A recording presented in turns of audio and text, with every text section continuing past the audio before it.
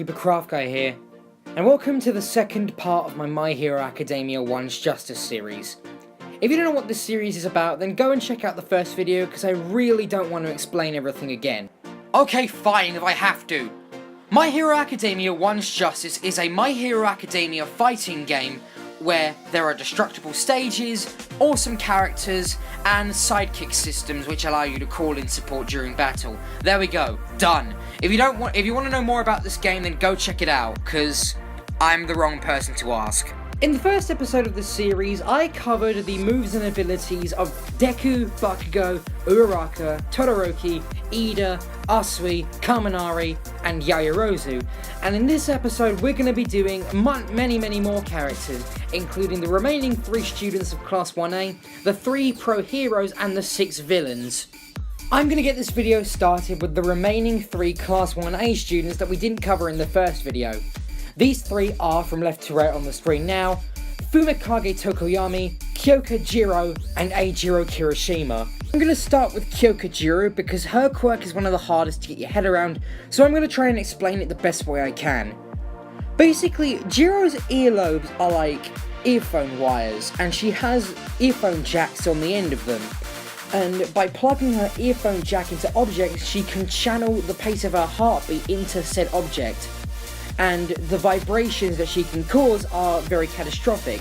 She can also do this to the speakers that are on her legs, and she can channel sound from those speakers to fight someone. In My Hero Academia One's Justice, Jiro mainly specialises in middle and long distance attacking, but she can also use her quirk to install traps around the stage, similar to how Kaminari does it. Next up we have Fumikage Toko Yami, a fan favourite. His quirk is called Dark Shadow, and in case you can't see it here, Toko Yami has a shadow-like monster inside his body that he can manipulate at his will. It also bends in a very elastic-like motion, and he can basically use it to fight for him. In One's Justice, Toko Yami can fight in 2 ways. He has 2 different modes to his character. The first is Solo Mode, where he uses Dark Shadow mainly for physical offense. The other one is called Team Mode, that raises his guard performance.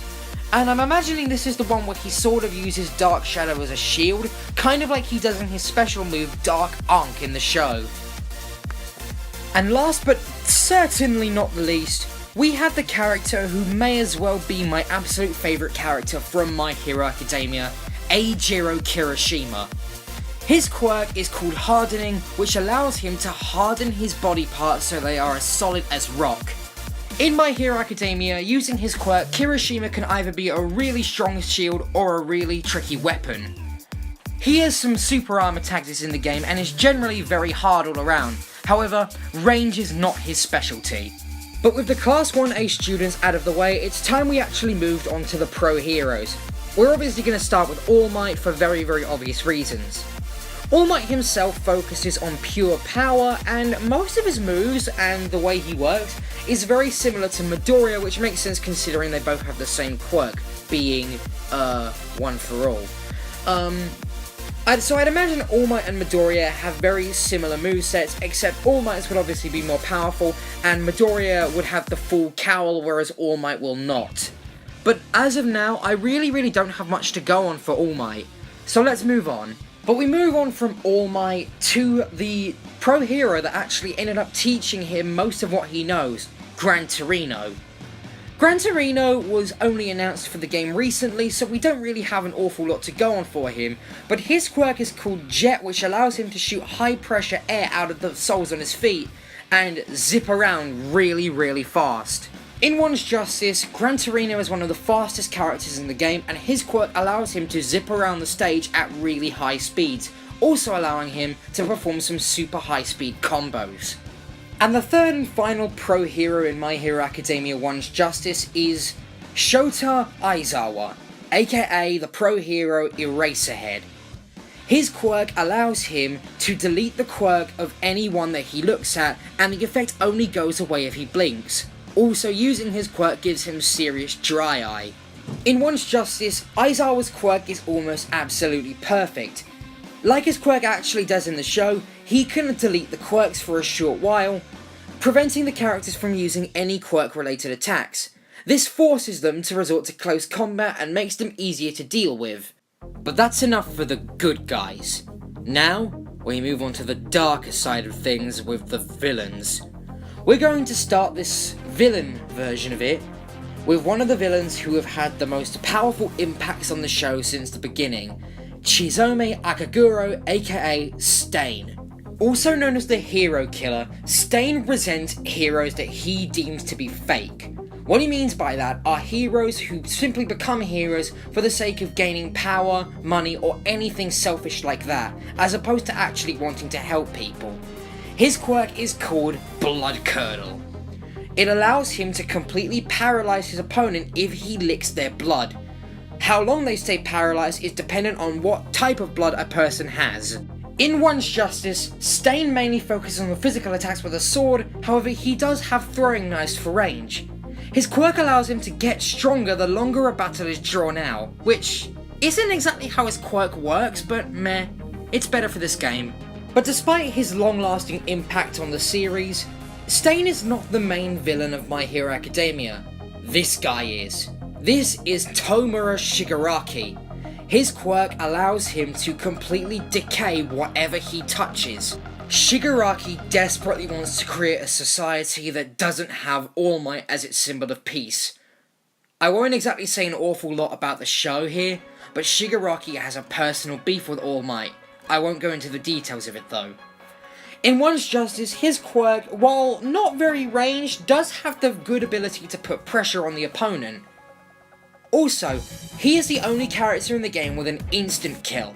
One of his attacks means if you touch your opponent 4 or 3 times, they instantly get knocked out. He also has an attack called the Collapse State, a status effect he puts on his opponent that gradually reduces their strength. The next character on the roster is this crazy little minx right here, Himiko Toga. Her quirk is called Metamorphosis, which allows her to transform into anyone and copy their voice by ingesting their blood. But in One's Justice, Toga doesn't just copy her opponent's appearance, she also copies their combos and their sidekicks, so she can have up to 4 partners at once. Also, the one downside to her quirk is that she cannot copy any quirk abilities of her opponent. Our next character is a very mysterious individual who goes by the name Darby. We still don't know an awful lot about him. We don't know the name of Darby's quirk, but we do know it allows him to control blue fire.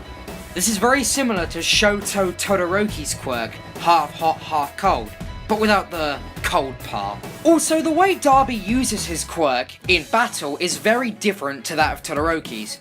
In One's Justice, he can actually set the stage on fire as little traps by pulling up blue flames and stuff like that. He can also combine his attacks efficiently, and his flames lock on to his opponent.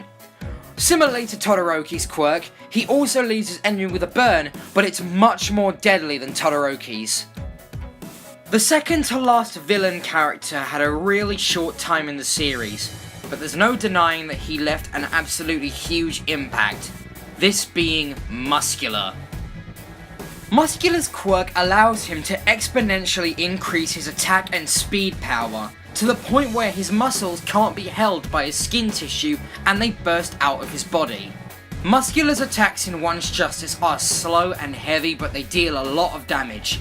He also has one ability called the Muscle Form. Depending on how long you hold down a button, depends on what form of the Muscle Form Muscular will take. However many stages he's in will increase his attack and speed power exponentially, so it's really helpful. And with this last character is where this video gets tricky. The last character in the roster is All For One. All For One is the biggest villain in My Hero Academia and is Tomura Shigaraki's boss of sorts, and his teacher and stuff.